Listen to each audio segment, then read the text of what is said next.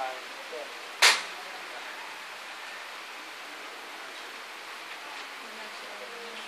One, Kaya po, tsaka si ano. 4, 5, 6, 7, 8, 9, 10. Okay, next. Interesting po, short. Yan, the rest, pare-parehas na yan. Hindi na natin hayaan na yan. Parehas na yan. Oo. Pag increase nyo yung supination, gaganyan nyo lang. 1, 2, 3, 4, 10. Tapos pag increase ang pronation, gaganyan nyo lang. Okay, so parehas na yan eh. Doon na tayo sa lower extremity.